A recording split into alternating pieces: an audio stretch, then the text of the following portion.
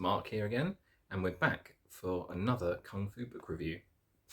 Today we're going to be looking at this book, Tai Chi Chuan, for Health and Self-Defense, Philosophy and Practice, by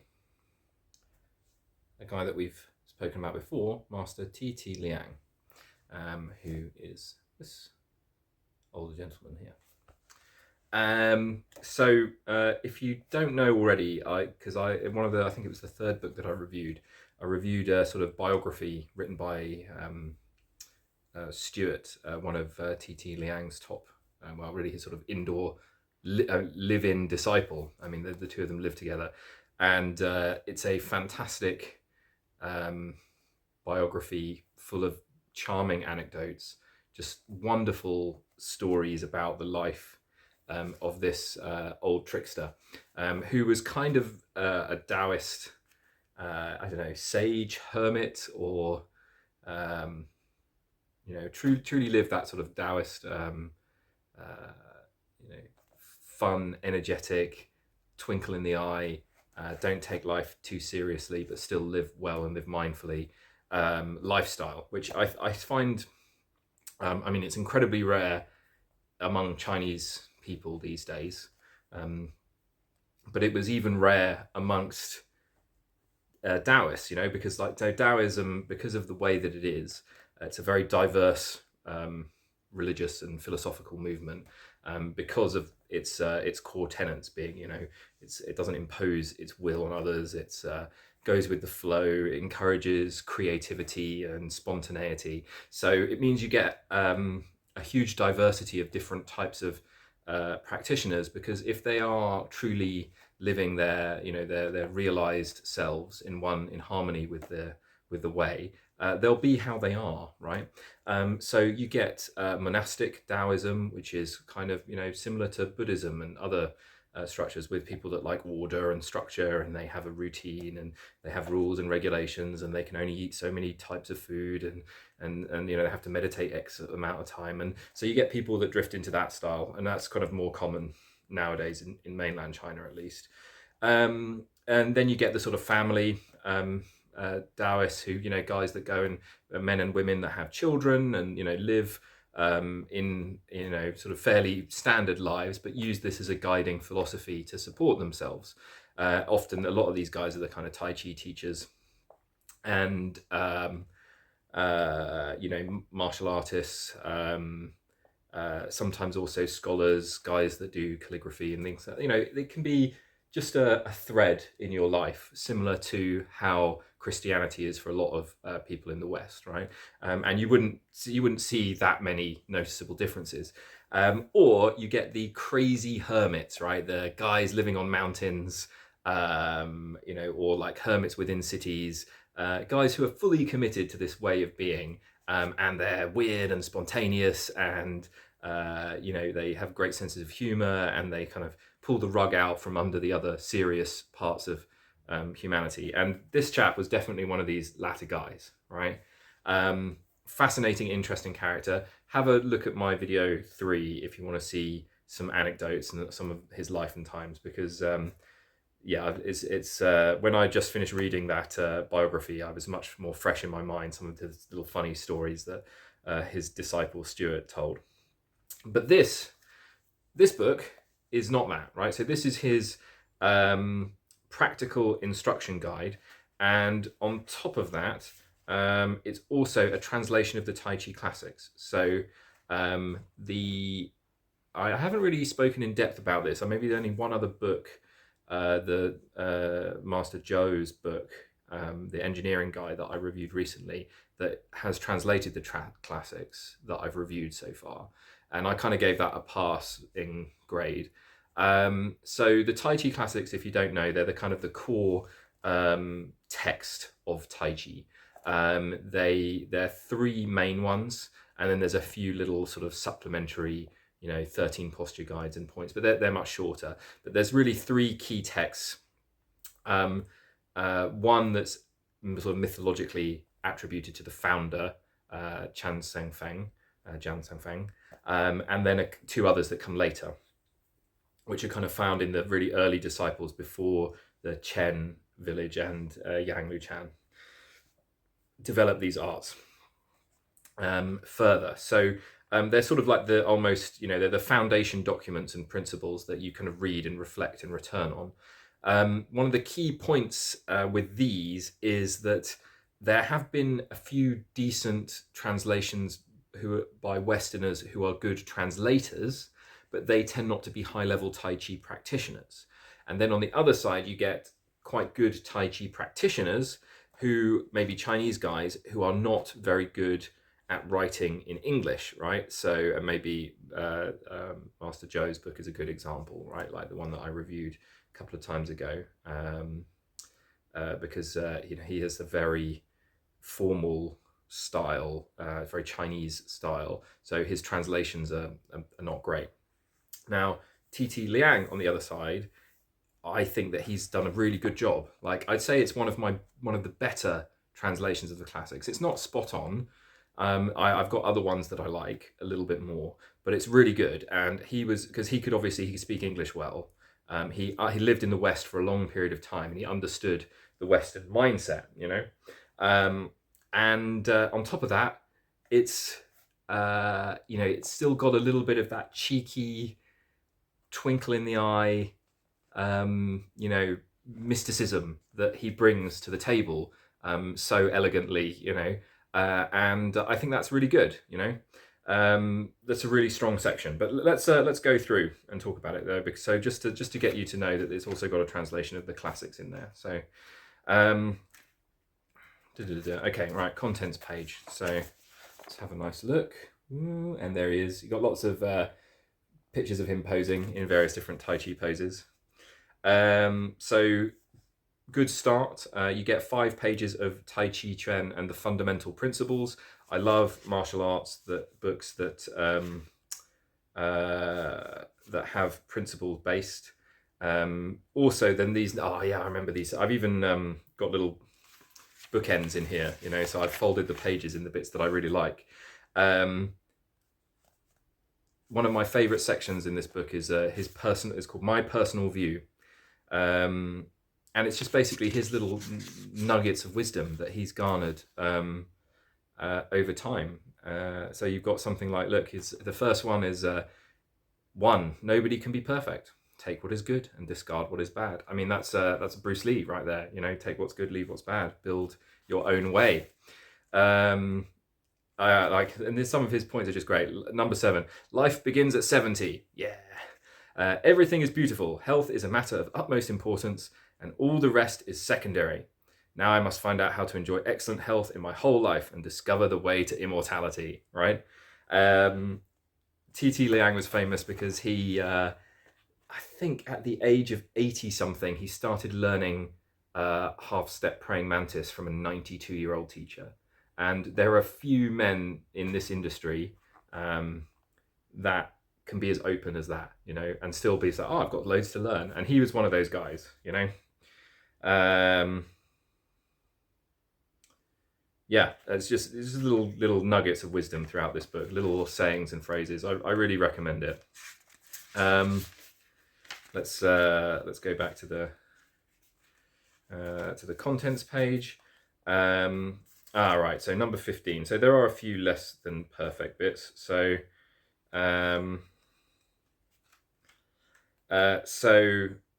oh yeah, okay. So then he's got all the Tai Chi that he knows, right? So let's just have a little look at this. So the Tai Chi, what he called the solo dance. So he's a bit of an innovator as well, because he set all of his Tai Chi forms to music.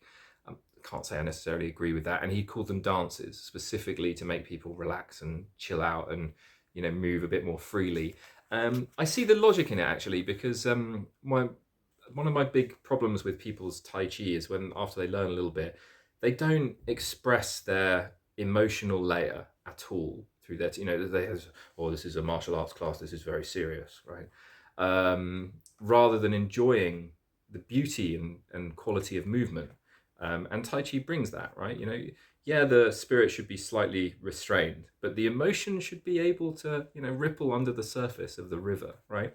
And I think that's so important to do. And he was a really good one for getting that out and getting there. getting the emotional energy to be expressed by the student, right? And that will lift the other parts of the, that will improve movement quality, right? If you're there and you're engaged and your emotions are being activated and you're smiling and you're having a good time when you're training. So he learned the long form, the Yang style long form, pushing hands, the Dalu, which is a 2-person form, Tai Chi dance with a partner, so that's the Sansao posture, then he's got a sword dance, Tai Chi sword fencing, so he learned the 46 posture sword form. Then he's got a knife form, a knife 2-person exercise, a solo exercise, and a staff exercise, which is 8 postures. Pretty complete. I'd say that there's, he's got pushing hands active in a fixed position and the 8 movements. He's missing free pushing hands and free fighting. I'd say there'd be the 2 big components, and then there's a couple of other small things like some of the Wudang hand weapons and maybe the spear. He picked up nearly everything, right, in the Tai Chi set, so he's well experienced in Tai Chi.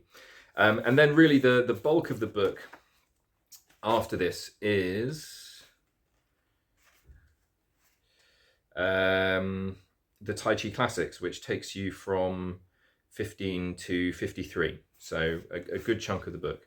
And he does all 3 of the classics, so he does the Chan Seng Feng one. And then also the way that he does the classics is really good. I really enjoy this, and most of the guys that I think that do it well do it this way, is that they provide a direct translation. So, for example, if you fail to gain these advantages, your body will be in a state of disorder and confusion. The only way to correct this fault is by adjusting the legs and waist. And then he explains it afterwards. So, and then you get the reason you cannot take advantage of the defect in your opponent and acquire a superior position of your own is because you adjust your position by using your hands rather than your legs and waist. So you're leading with the hands, right? Trying to play all up here, but you're not moving your body, right? The more you use your hands, the more clumsy and stiff your upper body will be. Consequently, your whole body will be in a state of disorder and confusion. Therefore, when you are in a disadvantageous position and cannot detect your opponent's defect, you must pay attention to the adjustment of your legs and waist. It has absolutely nothing to do with the hands, although you do still have hands. I think that really sums up his approach, right? So he will translate as best as he can the classic, the Chinese characters. You don't get the Chinese characters along with it, but that's fine for most Westerners. And then he will explain it and provide his own interpretation of it, and then maybe inject a little bit of humor in as well. So brilliant, really good, excellent. Really, if you're practicing Tai Chi, you should always be returning to the classics. At some point, I will do actually a video series going through each classic in turn, right?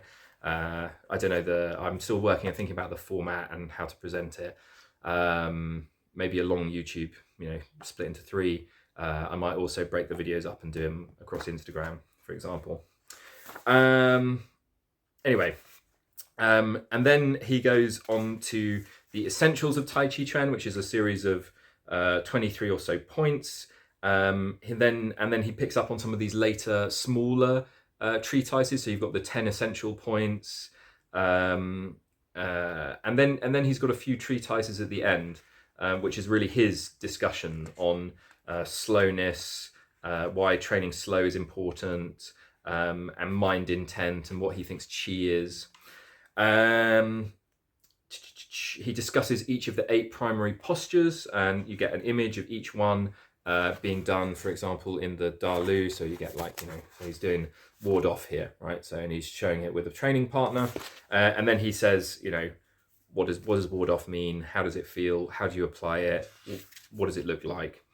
All good stuff. He does the 5 elements. Here we go. The Song of Pushing Hands. That's another smaller classic.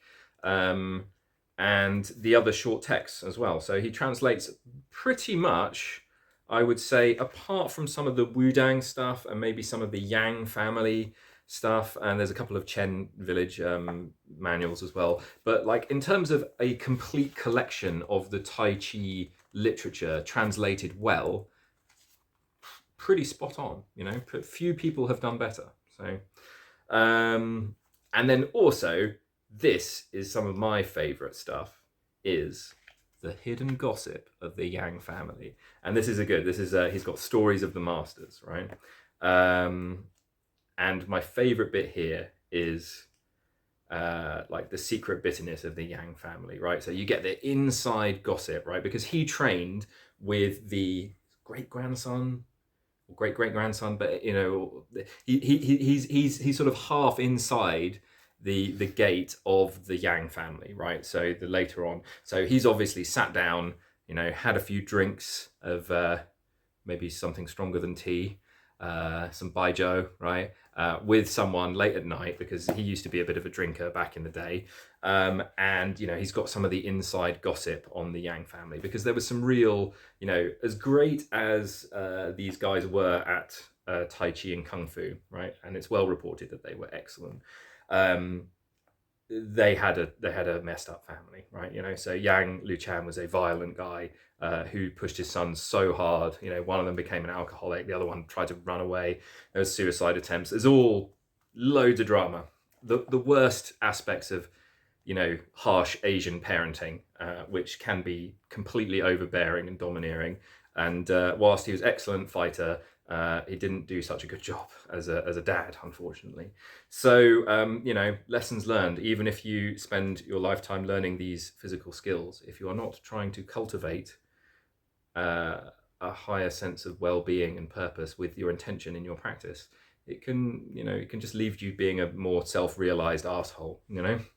And then he finishes off with some points about how Tai Chi and some of the stuff that Lao Tzu said, so proper philosophical Taoism, some similarities and differences. And I really like that as well, because a lot of people in the West think that Tai Chi is just the Tao Te Ching, you know, made physical, right?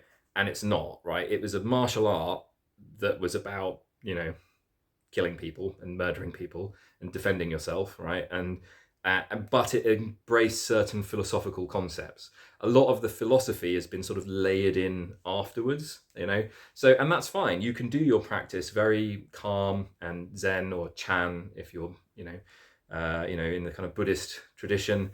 You can do it in that chilled out, soft, you know, wouldn't hurt a fly way, and make it more like Aikido, or you know, you can read the stories of what the Yang family were originally like and be like, okay, it's actually, you know, maybe it's not, it wasn't really about that, right? But the lovely thing about internal martial arts is that they are just engines for self-development, right? And you can turn the engine of your Tai Chi form towards whatever goal you want, right? So whether it's for developing martial skill or for cultivating, you know, a calm and empathetic persona, right? So that's up to you. And I think that this is one of those books that I really, really highly recommend. I think it's one of the hidden gems, like